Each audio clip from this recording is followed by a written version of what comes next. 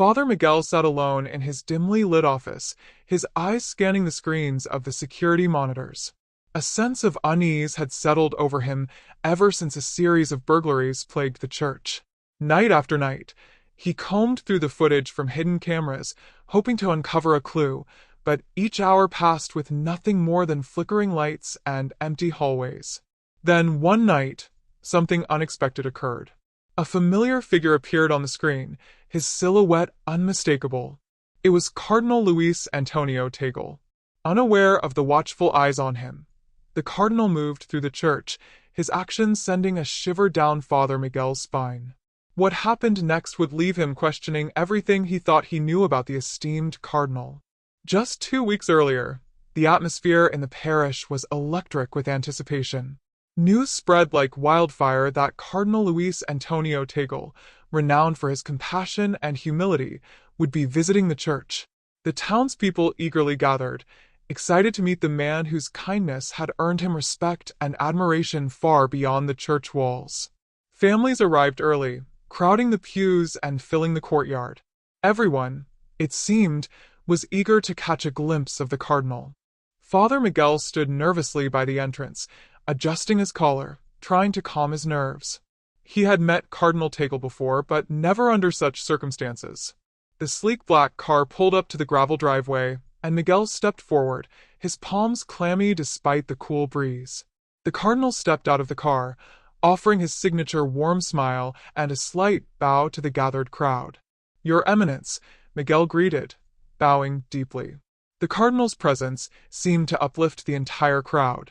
Parishioners, who had been weighed down by the recent burglaries, suddenly found themselves filled with a renewed sense of hope and warmth.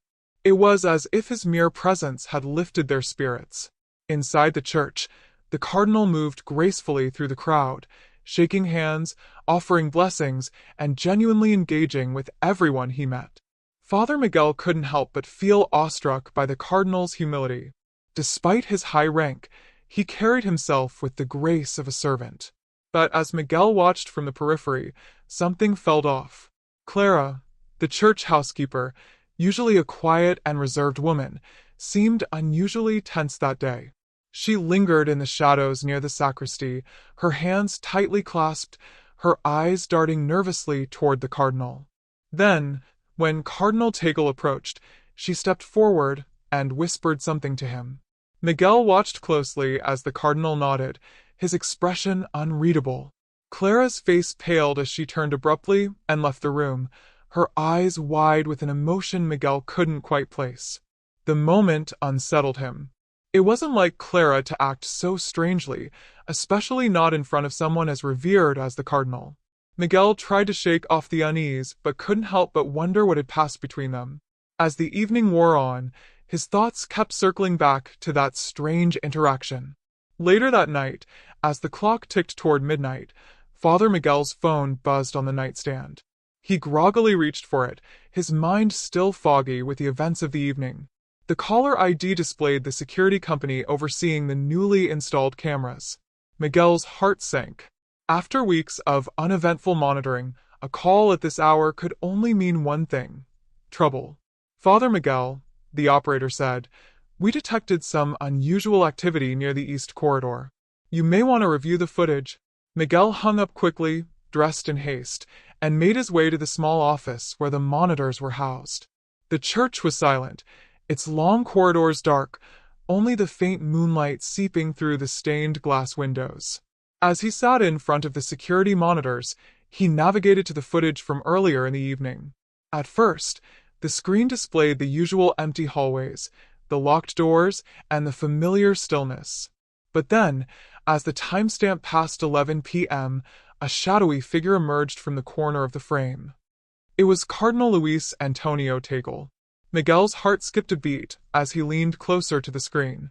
The cardinal moved through the corridors with purpose, pausing every so often to look over his shoulder as though checking for something or someone.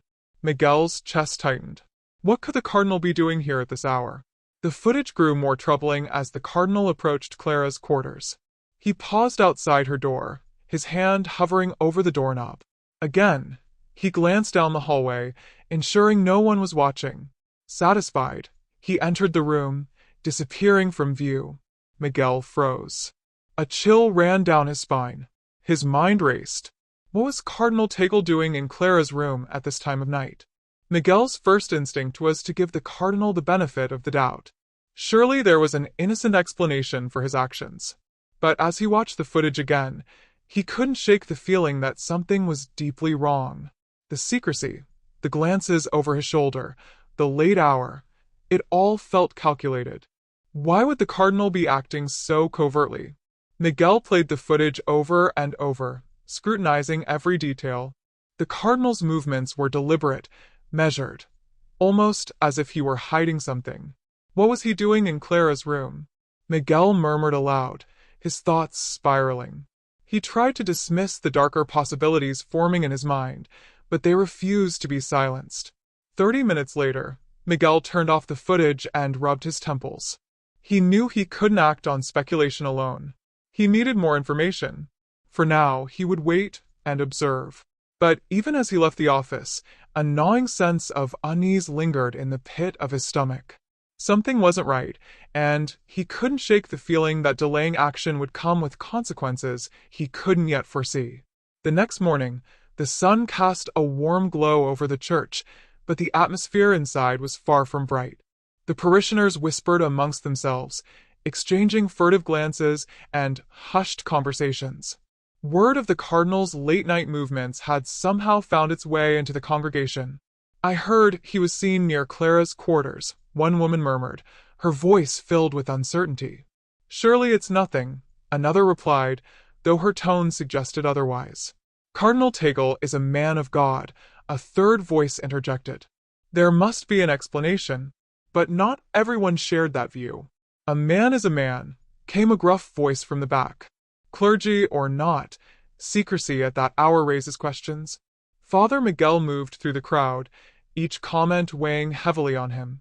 He had hoped the incident would remain confined to the security footage, but now it was spreading throughout the parish, and he knew it was only a matter of time before it spiraled out of control. The uncertainty gnawed at him. He couldn't ignore what he had seen, but confronting Cardinal Tagle without clear evidence felt impossible. The Cardinal was a senior clergyman, a revered figure. A false accusation could do irreparable damage to the church and to Miguel himself. As he wrestled with his thoughts, Miguel's attention turned to Clara. She had always been quiet, but today she seemed almost ghost-like.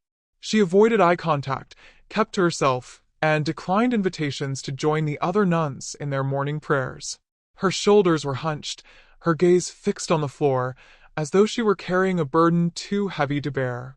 Miguel couldn't help but wonder, could her behavior be linked to the Cardinal's actions? Or was he simply letting his imagination run wild? Father Miguel sat once more in the dim glow of the monitor, his hands trembling as he replayed the footage from the previous night. Each frame showed the same troubling pattern. Cardinal Luis Antonio Tagle, leaving his quarters late at night, moving deliberately through the church corridors, pausing before entering Clara's room. The visits lasted over an hour, sometimes two, before the Cardinal returned to his own quarters. What was really happening behind the closed doors of the church? Father Miguel knew the truth was just beyond his reach, but the more he uncovered, the more he feared that confronting it might change everything. One evening, Miguel observed something that unsettled him deeply. He saw the Cardinal subtly motioning for Clara to come closer, only for her to stoop awkwardly over his lap. Each time Clara left his office, her eyes were rimmed with red, as though she had been crying. Miguel's unease grew with the repetition of this behavior. It wasn't a one-off. Something about it seemed intentional, and the secrecy surrounding it made his mind spin with confusion. Was there an innocent explanation he could grasp? Part of him hoped so, but the mystery lingered like a shadow, casting doubt on everything.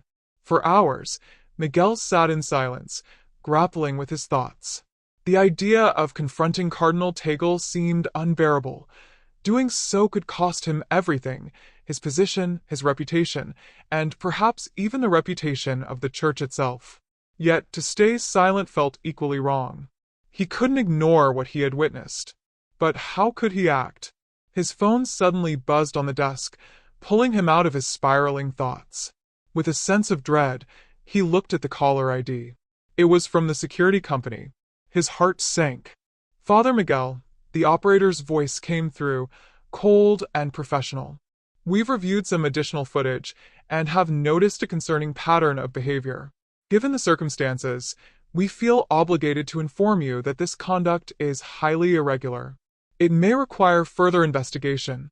Miguel thanked the caller and hung up, his stomach turning. If even the security company had flagged the Cardinal's actions, how much longer could he afford to ignore it? He turned back to the screen, where an image of Cardinal Tagle stood frozen outside Clara's door, his face impassive, but something about the secrecy of his movements felt deeply off. Miguel's pulse quickened as a wave of urgency hit him. He sat back in his chair, the weight of his impending decision settling on his shoulders like a heavy cloak. He thought about the parishioners, the trust they placed in the clergy, and how fragile that trust could be. He thought of Clara, the way she had withdrawn from everyone, her quiet demeanor betraying a struggle that Miguel couldn't fully understand. And he thought of the Cardinal, a man revered by so many, whose reputation now hung in the balance. As dawn approached, Miguel finally stood. His decision was made. He couldn't ignore what he had seen, but he also knew he had to approach the Cardinal with care and respect. Confrontation was inevitable, but it needed to be handled delicately. The truth, whatever it was, had to be uncovered. An hour later, Miguel stood outside Cardinal Luis Antonio Tagle's quarters. His heart pounded in his chest so fiercely that he feared it might echo through the quiet hall. His grip tightened around his rosary, a small act to steady his nerves before he knocked lightly on the door. It opened almost immediately. The Cardinal stood before him, calm and welcoming. "Father Miguel," he said warmly, "what brings you here at this hour?" Miguel swallowed hard, stepping inside. The room was modest, in keeping with the Cardinal's humble reputation.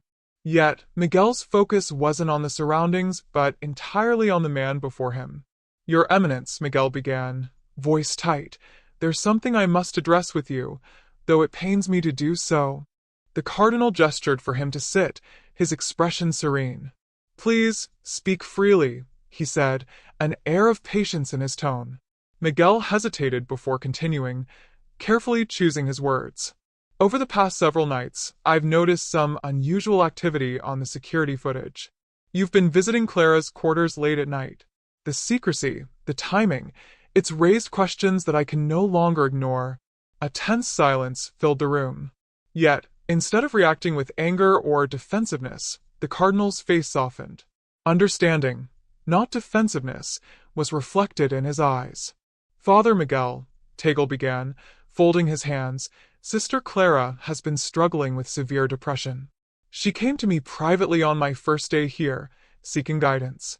She feels isolated, burdened by guilt, and overwhelmed by the weight of her responsibilities." Miguel's breath caught in his throat as the Cardinal spoke. The image of Clara, the paleness of her face, her hunched posture, her isolation, came flooding back to him. Tagle continued, his voice gentle. These late-night meetings were her request. She felt safer speaking under the cover of darkness, away from the eyes of others. It wasn't about secrecy. It was about protecting her privacy. She feared how others might perceive her struggles. Miguel sat motionless, the weight of his assumptions crashing down on him. The truth, which had seemed so elusive, now hung in the air between them, clear as day. "I understand your concern," Cardinal Tagle said softly, his tone reassuring. "But sometimes our roles demand discretion. My only intention was to offer her solace and spiritual guidance." Miguel's chest seemed to lighten as he processed the Cardinal's words. He had let his doubts cloud his judgment, letting his fears and the whispers of the parishioners steer him wrong. He lowered his head in apology. "I am sorry, Your Eminence," he said quietly. "I allowed doubt to blind me." The Cardinal placed a gentle hand on his shoulder. "We are all human, Father Miguel. Even in our faith, fear can creep in. What matters is that we seek the truth and act with humility, as you have."